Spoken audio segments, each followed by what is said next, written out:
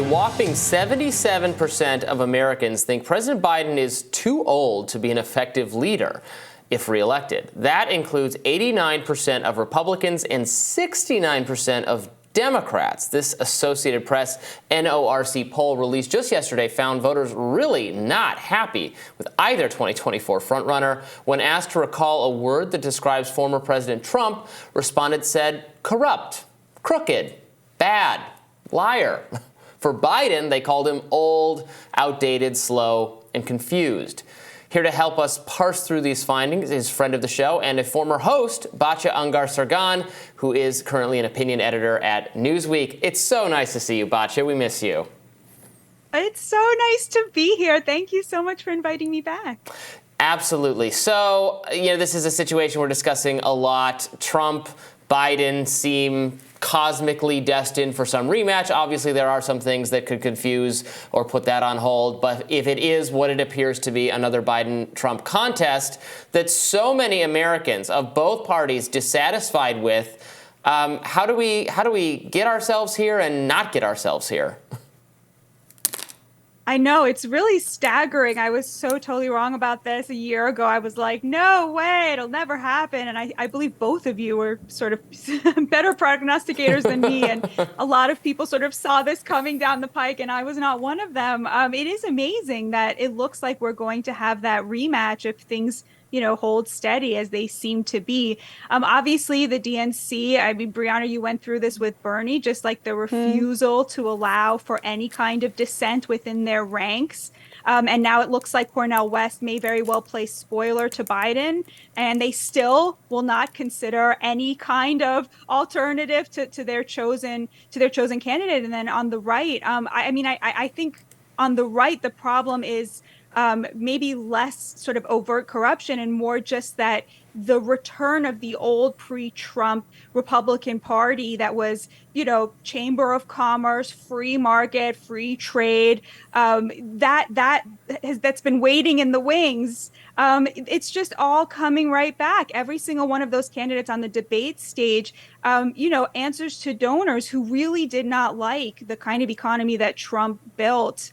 And so that just seems to be like they were refusing to admit to themselves where their voter base is. And their voter base has just moved on from that. And that's how you end up with Biden and Trump. Well, it's interesting that you say that, because I think Vivek Ramaswamy got a lot of praise for being perceived as not going along with the kind of pre-Trump version of Republican politics, at least when it comes to foreign policy. And then Nikki Haley, who also saw the biggest gains from that debate, similarly stepped out of line insofar as that she was willing to critique the Trump administration's economic policy and previous Republicans' economic policy as driving the deficit that so many Republicans hand-wring about as they continued to do things like pass the $1 trillion tax cuts that Trump passed that normally went to benefit the top 1%. So it does feel like there's still an ongoing battle about the soul of the Republican Party, if you will.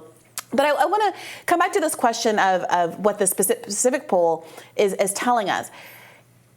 Trump is being, the headline here is no one likes that Biden is old. Fully, I got that. But there's also this other similarly intractable characteristic of Donald Trump that is pulling him down in these polls too, where 3 or 4 times more people identify Donald Trump with being corrupt, a criminal, a liar than they do Joe Biden. Joe Biden isn't getting any younger anytime soon. Donald Trump with these 4 indictments isn't getting any less criminal anytime soon. So how do you think those... And Trump isn't getting any younger, and Joe Biden's not getting any less corrupt. You can associate the words with each other, too. Sure. So where do you see this heading over the next year or so?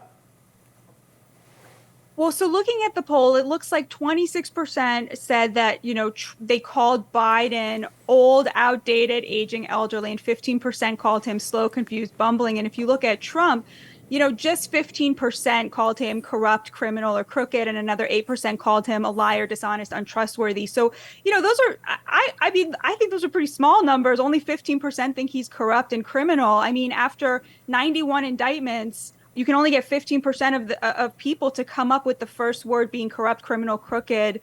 I think that's kind of a win for Trump, to be honest. I would have expected those numbers to be much higher. I think a lot of people, if you look at the polling, the majority of Republicans, even, I believe the largest share of Republicans believe that Trump behaved in a way that was not great, unbefitting the office, what have you, that he did things wrong. And yet a majority of them also plan to vote for him. And what I make of that is they think his behavior was unbecoming, but not disqualifying. And I think there's sort of two ways to look at 91 indictments, right? You can either say 91 indictments, surely this man has done one of those things, right? But you can also look at it and say 91 indictments, like surely these people are just coming at him for the sake of it and will not stop until something sticks. And I think a lot of people with every additional indictment move from the first camp into the second camp. I mean, that's sort of been my experience talking to people. You can even find a lot of Democrats to be like, it seems like a little bit much, right? Especially compared to how the criminal justice system works in other situations. So I think that's I do think that this poll kind of, like, you have many more people who think Biden is too old than you have people who think Trump is too corrupt. Seems to me, just reading these numbers. Well, to be clear, also, only 26%, if we're going to do the raw numbers here, you said that only 15% find Trump to be corrupt, criminal, and crooked. It's only 26% that find Biden to be too old. So still an overwhelmingly small minority of people compared to the voters overall who would come up with those kinds of terms. But, well, Florida governor... Yeah, and just I just want to add to that. I agree with you, Brianna. In fact, I think the idea that Biden is too old is ridiculous, because you're not really voting for a president. You're voting for an administration. And Biden's administration is the exact administration that if President Obama had a third term, he would have. I mean, everything that President Biden has done, you cannot point to a single policy that President Biden has enacted that is, unique to him as opposed to the Democratic Party. And so I'm sort of I really think that this focus on him as an individual, it's embarrassing when he makes gaffes, but to me, that's kind of like Trump's tweets. Like, it's totally irrelevant to the policy he's enacting, which is very, very typical for a Democrat today in 2023. Sorry, Robbie, I interrupted you. Well, I was just going to say that, so the argument against Trump that DeSantis is making, for instance, is all about his apparent perceived non-electability. DeSantis got into this recently when we asked to make an affirmative case, for his candidacy. He said even Trump can't win, and even if he does, he would be a lame duck on day one because he has, everyone against him. Also, he put in people that were bad, and I wouldn't do that because I care more about this and I'm more cautious than he is. A lot of that makes sense, but of course, the overall is someone like DeSantis actually more electable than Donald Trump is kind of an open question, and you see some polling to indicate both things. We were actually just talking about some Emerson College polling that has Trump ahead of Biden right now. Of course, a lot could change before then. Look, I kind of understand. It's hard for me to imagine Donald Trump winning more voters than he won last time, convincing people who didn't vote Trump the last two times that, I wasn't for Trump before, but I'm for him now, especially more so than people he's lost.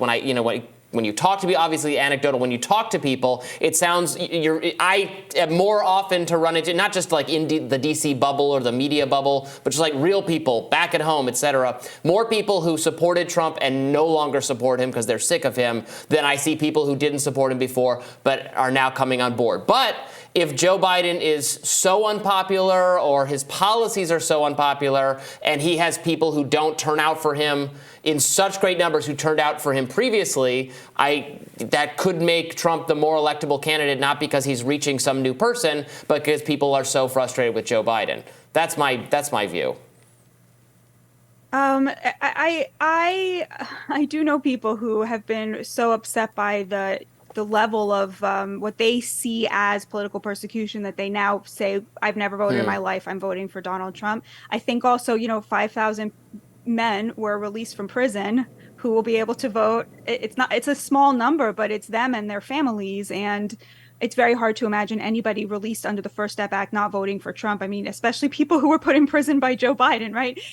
So I do think there are pockets here and there. It's very hard for me to imagine myself into the position of like, the suburban voter, the swing voter. But to me, the tragedy is that you look at polls, you do interviews with working class people, there's so much consensus in the working class on policy, and neither party represents them. So, for example, the majority of working class people want Medicare for all or some kind of national health care, including conservative working class people, but they also want something close to a total moratorium on immigration, legal and illegal. So who should they vote for, right? I mean, no one is really looking to where that massive consensus is.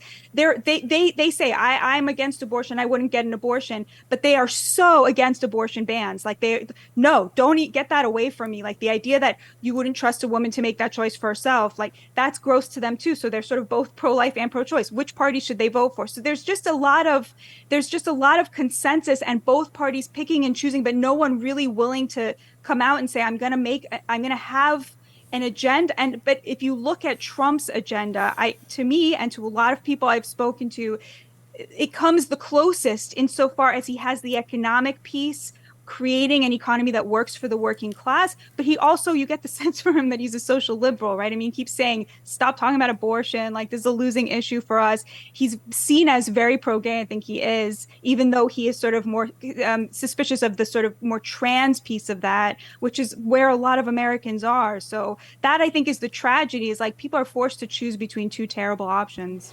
Yeah, well, I think that people like Lindsey Graham arguing from the Republican Party that there should be a 6-week abortion ban is causing people that you describe as having this kind of middle stance on abortion feel much more comfortable voting for Democrats who have nobody in the Democratic Party who wants something like that to happen. And I do think that post-Roe, there's this question of how far will the Republicans take it, because they claimed for so long that they weren't going to take this to the state level and start to impose abortion bans there, that it was just going to be a Supreme Court federal level issue. And we've seen a very different course of action in the wake of Dobbs. Thanks so much for joining us today. It's been such a pleasure.